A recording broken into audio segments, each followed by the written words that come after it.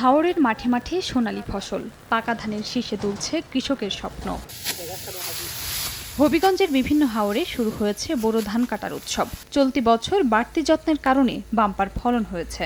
জেলার বানিয়াচং, আজমিরিগঞ্জ, নবীগঞ্জ ও লাখাই উপজেলায় ধানের আবাদ হয়েছে বেশি। ভালো ফলন হওয়ায় খুশি কৃষকরা। কষ্টে অর্জিত ধানের সঠিক মূল্য চান তারা। শ্রমিক ও হারভেস্টার মেশিন দিয়ে এ পর্যন্ত ৫% বেশি ধান কাটা হয়ে গেছে।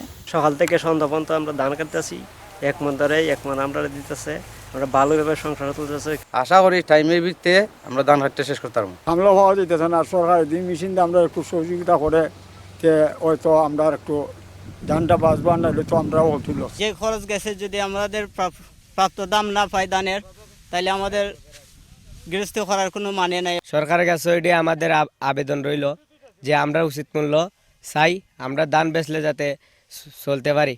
নেত্রকোনার হাওরগুলোরও একই অবস্থা, তবে দেখা দিয়েছে শ্রমিক ও কম্বাইন্ড হারভেস্টার মেশিনের সংকট। এ নিয়ে দুশ্চিন্তায় কৃষক। ৮০% পাকলেই ধান দ্রুত কেটে ঘরে তোলার পরামর্শ কৃষি বিভাগের। আর হারভেস্টার মেশিন সংকটের বিষয়ে ব্যবস্থা নেওয়ার কথা জানান সংশ্লিষ্ট কর্মকর্তা। মেঘ বৃষ্টি আইলে যদি পানি বাইরে গেছে তো ধান তোলা অসম্ভব হয়ে যাবে, তখন তো আমরা একটা দুর্ভোগে পড়ে যাই। মেশিন পাইতাছি না, নিজেরটা নিজেই কাটলাম। আবহাওয়া অধিদপ্তর থেকে যে সকল মেসেজ আসতেছে 5 দিন, 3 দিন বা 7 দিন মেয়াদি, এই মেসেজগুলো আমরা কৃষককে দেওয়ার চেষ্টা করতেছি। বৃষ্টি হোক, যদি শিল না পড়ে আর কি, বড় ধরনের কোনো সমস্যা না হয়, তাহলে নির্বিঘ্নে কৃষক ধান সংগ্রহ করতে পারবে।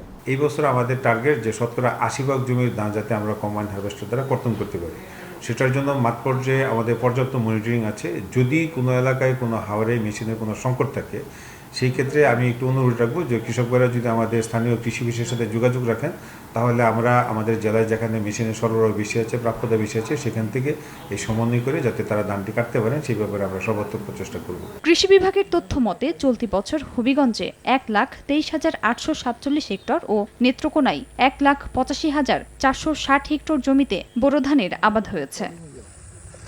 খাদিজা স্বপ্না, সময় সংবাদ।